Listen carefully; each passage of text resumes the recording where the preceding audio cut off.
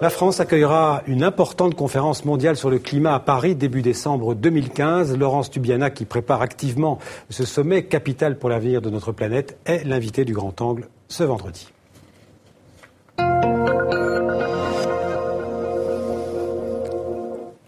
Merci Laurence Tubiana d'être sur le plateau du 64 minutes. Alors pour cet enjeu climat dont on va beaucoup parler en France dans les prochains mois et sur TV5 Monde, vous êtes, pour vous présenter en quelques mots, diplômé de Sciences Po, vous êtes aussi docteur en économie, vous avez consacré votre vie, on peut le dire, aux enjeux de l'environnement, des changements climatiques et du développement durable. Vous avez entre autres fondé et dirigé l'IDRI, qui est l'Institut du développement durable et des relations internationales. Vous êtes aussi présidente du conseil d'administration de l'AFD, qui est l'Agence française de développement. Et puis en mai de cette année, vous avez été nommée représentante spéciale du gouvernement français pour cette conférence de Paris sur le climat et aussi ambassadrice chargée des négociations sur le changement climatique. Donc on peut dire qu'officiellement vous êtes devenue en France Madame Climat 2015.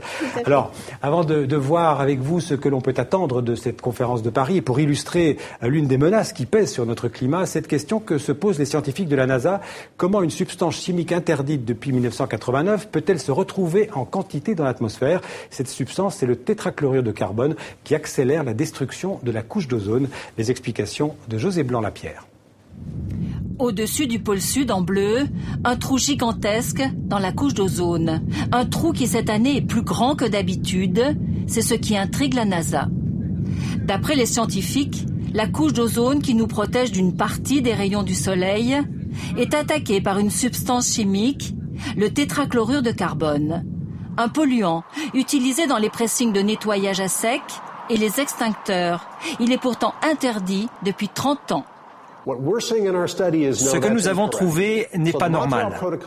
Tous les pays ont fait beaucoup d'efforts pour réduire ces gaz dans l'atmosphère. Et pour une raison inconnue, ces gaz sont toujours là. Pourtant, en 1987, le monde entier s'était mis d'accord pour protéger la couche d'ozone. Du jamais vu. Tous les pays industriels s'étaient engagés à proscrire le tétrachlorure de carbone, ainsi que les fameux CFC, les gaz contenus dans les réfrigérateurs et les aérosols. Alors d'où viennent ces nouvelles molécules chimiques trouvées dans l'atmosphère? Des pays, des industriels qui ne respecteraient pas l'accord, ou bien de sources de pollution encore inconnues? À la NASA, on avoue être encore dans le brouillard. Alors ce trou dans la couche d'ozone et les gaz à effet de serre, on va en parler. Mais d'abord, je le disais, donc la France prépare activement cette conférence sur le climat fin 2015. Quelles sont les ambitions de ce sommet, en tout cas du point de vue français? Alors, ce sommet revêt une importance particulière parce que depuis l'échec de la conférence de Copenhague en 2009, on essaie de rebâtir un vrai système où tous les pays s'engagent à faire des efforts pour réduire les émissions de carbone, mais aussi d'autres gaz qui contribuent au réchauffement climatique. Et 2015, c'est l'année où on doit y arriver. Elle est très importante parce que il y a quand même une grande fatigue de ces négociations. Et si on rate l'échéance de 2015, on risque vraiment de décourager toutes les bonnes volontés qui aujourd'hui... Il faut dire que, rappelez que ça a commencé en 92 avec le sommet de la Terre, puis il y a eu, on ne les passe pas tous en revue, mais il y a eu Kyoto en 97 qui était un très important sommet, et puis Copenhague que vous avez cité en 2009 qui était un échec. Donc pourquoi en fait ce sommet de 2015 pourrait être cette fois-ci un succès? Alors ce qu'on voit et ce qui est réconfortant pour le processus dont nous sommes responsables, enfin en tout cas à partir de l'année prochaine, c'est que beaucoup de pays en développement qui jusque-là ne voyaient une contradiction flagrante entre leur développement économique et la lutte contre le changement climatique ont commencé à changer de position. Ça c'était la thèse des pays émergents en fait. Voilà, et qui était à Copenhague tout à fait cela, donc il y avait une diplomatie défensive des grands pays émergents qui ne voulaient pas entendre parler de quoi que ce soit qui puisse freiner leur développement économique. Et depuis 2010, les évidences scientifiques produites d'ailleurs par les scientifiques de ces pays eux-mêmes montrent que les risques du changement climatique sont tout de même très importants pour eux.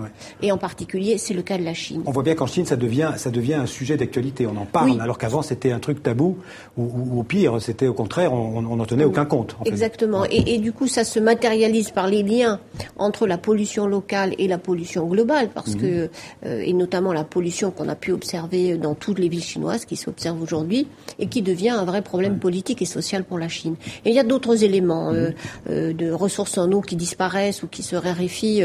Et ce qui fait que la Chine aujourd'hui dit notre développement économique doit, puisque nous sommes le premier émetteur mondial, doit aujourd'hui se faire complètement différemment si nous ne voulons pas, au fond, nous ruiner nous-mêmes. Ouais. Et cette orientation, on l'observe dans beaucoup d'autres pays. Et aujourd'hui, d'ailleurs, je pense qu'en 2015, l'objectif, c'est que les pays prennent des engagements en matière de réduction de gaz à effet de serre.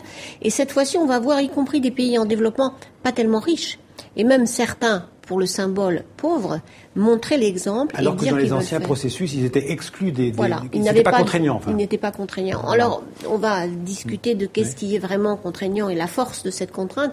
Mais ce qu'il y a de sûr, c'est que aujourd'hui même, certains pays africains veulent faire des contributions, des propositions sur un développement beaucoup plus sobre en carbone, beaucoup plus faiblement émetteur, même des pays qui, au fond, sont très peu émetteurs globalement. Les États-Unis. Pardon, excusez. Je vous en prie. J'avais posé la question des États-Unis parce que vous avez parlé de la Chine qui est devenue le premier pollueur. Avant, c'était les États-Unis. Donc les États-Unis, ça reste quand même un pays très pollueur, on peut le dire. Bien sûr, c'est le deuxième émetteur maintenant. Voilà. Est-ce que là aussi, les mentalités sont en train de changer sous l'impulsion de Barack Obama, où il a du mal à faire suivre son opinion publique? C'est très diversifié. Il y a des États dans la fédération américaine qui sont extraordinairement actifs. C'est le cas de la Californie, par exemple. Mais c'est aussi le cas de l'État de New York.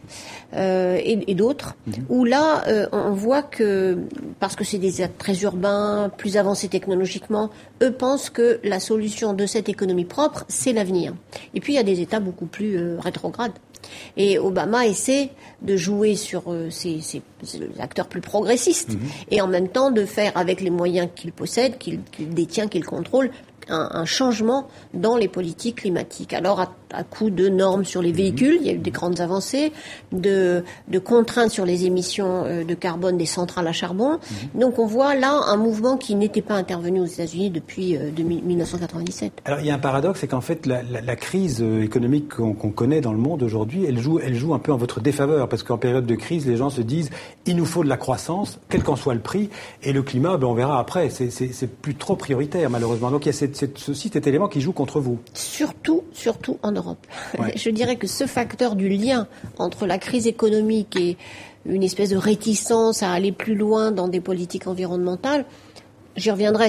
En fait, il ne s'agit pas de politique environnementale. Il s'agit de nouvelles politiques industrielles et de nouvelles politiques économiques. Ouais. Mais c'est vrai que c'est en Europe qu'on ressent le plus le lien, et c'est normal, entre crise économique et au fond, pas d'appétit pour aller beaucoup plus loin, alors que l'Europe a été leader sur ce sujet. Et elle le reste encore de sa manière. Elle a des objectifs, en tout cas, très, très ambitieux. C'est ce qu'on appelle le paquet climat 2030, où donc l'Union 2020 et puis 2030. Voilà. Donc l'Union européenne s'est engagée à réduire de 40% les gaz à effet de serre. Alors c'est ce qui n'est pas bouclé en Europe. Ouais. La Commission européenne a fait cette proposition. La France y est associée, l'Angleterre, l'Allemagne, d'autres. Mais ça n'est pas encore un consensus européen qu'il faut construire très vite, là, d'ici la rentrée d'octobre. Absolument. Alors, je pensais aussi aux États-Unis, c'est le fameux effet gaz de schiste. C'est qu'en fait, les gaz de schiste permettent aux États-Unis une croissance, donc justement de se sortir de la crise peut-être plus rapidement que l'Europe, mais en même temps, c'est très polluant. Oui. Alors, sans vouloir rentrer dans le débat, mais c'est quand même... Sans le détail. D'une part, il faut sûrement modérer ou mesurer l'effet gaz de schiste sur la croissance américaine. Elle est liée, cette reprise, à beaucoup d'autres choses. Mais ce qui est certain, c'est que les gaz de schiste, d'une certaine manière, ont un premier effet, pour l'instant, apparemment bénéfique par rapport au charbon. Si on prend du gaz, on pollue moins que du charbon. Mais effectivement, a beaucoup, détourné l'attention de tout ce qui était un élan vers les économies d'énergie, parce que tout simplement une énergie abondante et bon marché, eh bien ça permet de ne pas se soucier d'en consommer trop. Justement, quels seraient les domaines où on peut faire des progrès assez réels et rapides? On peut citer par exemple les énergies renouvelables, la gestion des déchets, les émissions de gaz à effet de serre, on en a parlé tout à l'heure dans le sujet. Est-ce qu'il y a des objectifs relativement faciles à atteindre et qui pourraient faire consensus? C'est des objectifs au fond concrets. Tous ne sont pas faciles, on peut pas tout faire, il faut étaler ça dans le temps, il faut avoir une vision de maintenant à 2050 au moins pour cette transformation qu'on recherche. Mais il est vrai que tout ça est de choses concrètes. C'est au fond développer des véhicules propres, développer et accroître le parc de véhicules électriques. dans les voitures individuelles, mettre du gaz dans les camions, isoler beaucoup mieux les bâtiments, développer effectivement l'énergie solaire, éolienne ou nucléaire pour ceux qui ont choisi de le faire. Et donc on a une palette de solutions avec une réflexion quand même aussi sur les grandes structures, les grands déterminants de ces émissions. Déjà, lutter contre la déforestation, c'est très important pour la région africaine. C'est possible. Il y a aujourd'hui des mécanismes qui permettent de le faire. Merci Laurence Obiana d'avoir été avec nous. On reviendra sûrement avec vous et avec d'autres sur ce dossier important du changement climatique et donc de cette conférence, dans la perspective de cette conférence de Paris en décembre 2015. Merci beaucoup d'avoir été sur notre plateau.